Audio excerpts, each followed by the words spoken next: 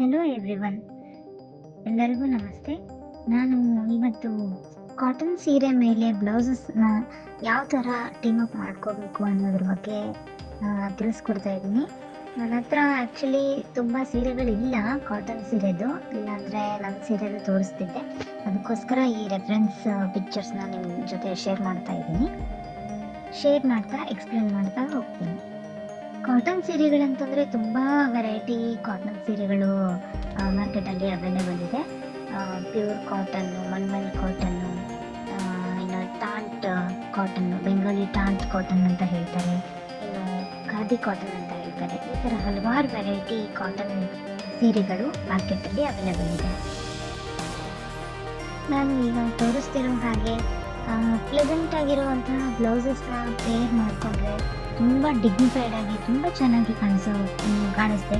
ಯಾವುದೇ ಒಂದು ಸೀರೆಗೂ ಅಂದ ಬರೋದು ಬ್ಲೌಸಿಂದಲೇ. ಸೊ ಹೀಗಾಗಿ ಕಾಟನ್ ಸೀರೆಗಳಲ್ಲಿ ಎಸ್ಪೆಷಲಿ ತುಂಬ ಡಿಗ್ನಿಫೈಡ್ ಆಗಿ ಕಾಣಿಸ್ಬೇಕು ಅಂತಂದರೆ ಬ್ಲೌಸ್ ಮೇಲೆ ತುಂಬ ಡಿಪೆಂಡ್ ಆಗಿರುತ್ತೆ.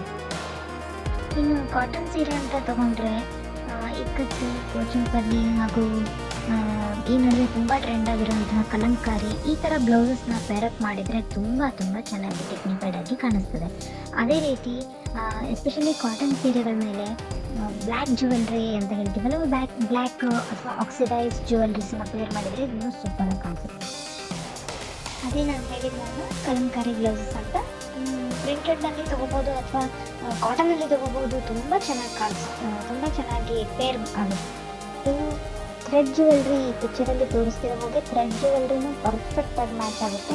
ತುಂಬ ಥ್ರೆಡ್ ಇರಬೇಕಂತೇನಿಲ್ಲ, ಅಲ್ಲಲ್ಲಿ ಮಣಿಗಳು ಆ ಥರ ಇದ್ರೂ ಚೆನ್ನಾಗಿ ಪೇರ್ ಆಗುತ್ತೆ. ಇನ್ನು ಕಾಟನ್ ಸೀರೆಗಳಿಗೆ ಯಾವ ಥರ ಬ್ಲೌಸಸ್ನ ಹೊಲಿಸ್ಕೋಬೋದು ಅಂದರೆ ತುಂಬ ಡೀಪ್ ನೆಕ್ ಇರುವಂಥ ಬ್ಲೌಸ್ನ ಹೊಲಿಸ್ಕೋಬೋದು. ಆಮೇಲೆ ಬೋಟ್ ನೆಕ್ ಇರುವಂಥ ಬ್ಲೌಸ್ನ ಅಲ್ಲಲ್ಲಿ ಪೋಟ್ಲಿ ಬಟನ್ಸ್ ಇಟ್ಕೊಂಡು ಹೊಲಿಸ್ಕೊಂಡ್ರು ತುಂಬ ಚೆನ್ನಾಗಿರುತ್ತೆ. ಕಾಟನ್ ಸೀರೆ ಅಂದರೆ ದೊಡ್ಡವರು ಮನೇಲಿ ದೊಡ್ಡವರು ಉಟ್ಕೋಬೇಕು ಅಂತಲೇ ಏನಿಲ್ಲ. ಅವಾಗವಾಗ ಈ ಥರ ಸೀರೆಗಳನ್ನು ಟ್ರೈ ಮಾಡಿದರೆ ತುಂಬ ಚೆನ್ನಾಗಿ ಅನಿಸುತ್ತೆ. ಯಾಕಂದರೆ ಒಂದ್ಸರಿ ಉಟ್ಕೊಂಡ್ರೆ ತುಂಬ ಕಂಫರ್ಟಬಲ್ ಫೀಲ್ ಆಗುತ್ತೆ.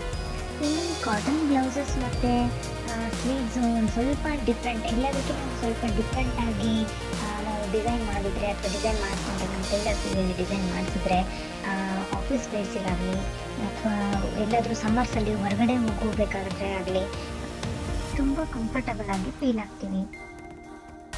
ಈ ಸೀರೆಗಳ ಮೇಲೆಲ್ಲ ಸರಿ ಥ್ರೆಡ್ ಜ್ಯುವೆಲ್ರಿ ಮತ್ತು black metal jewellery, oxidise jewellery ತುಂಬ ಕೋಆಪ್ರೇಟ್ ಮಾಡುತ್ತೆ. ಪ್ಲೇನ್ಸ್ ಹಾಕೊಳ್ಳೋದು ಬೇಜಾರಾಗಿದ್ದರೆ ಈ ನಡುವೆ ತುಂಬ type of prints, geometrical designs, ಆಮೇಲೆ ಜಿಗ್ಜ್ಯಾಗ್ ಡಿಸೈನ್ಸು, ಈ ಥರ ಎಲ್ಲ ಪ್ಯಾಟರ್ನ್ಸ್ ಎಲ್ಲ ಬರ್ತಾ ಇದೆ. ಇದರಲ್ಲಿ ಚಿಕ್ಕ ಪ್ಲೇಟ್ಸ್ ಇಟ್ಟು ಬ್ಲೌಸಸ್ನ ಸ್ಟಿಚ್ ಮಾಡಿಸಿದ್ರೆ, ಆಮೇಲೆ ಬೋಟ್ ನೆಕ್ಕು, ಹೈ ನೆಕ್ಕು, ಕಾಲರ್ ನೆಕ್ಕು, ಈ ಥರ ಬಹಳ ವೆರೈಟಿ ಆಫ್ ಡಿಸೈನ್ಸ್ ಎಲ್ಲ ಇದೆ. ಆ ಥರ ಎಲ್ಲ ಹೊಲಿಸಿದ್ರೆ ಸೀರೆಗೂ ಅಂದ ಬರುತ್ತೆ, ಬ್ಲೌಸು ಡಿಫ್ರೆಂಟ್ ಆಗಿರುತ್ತೆ.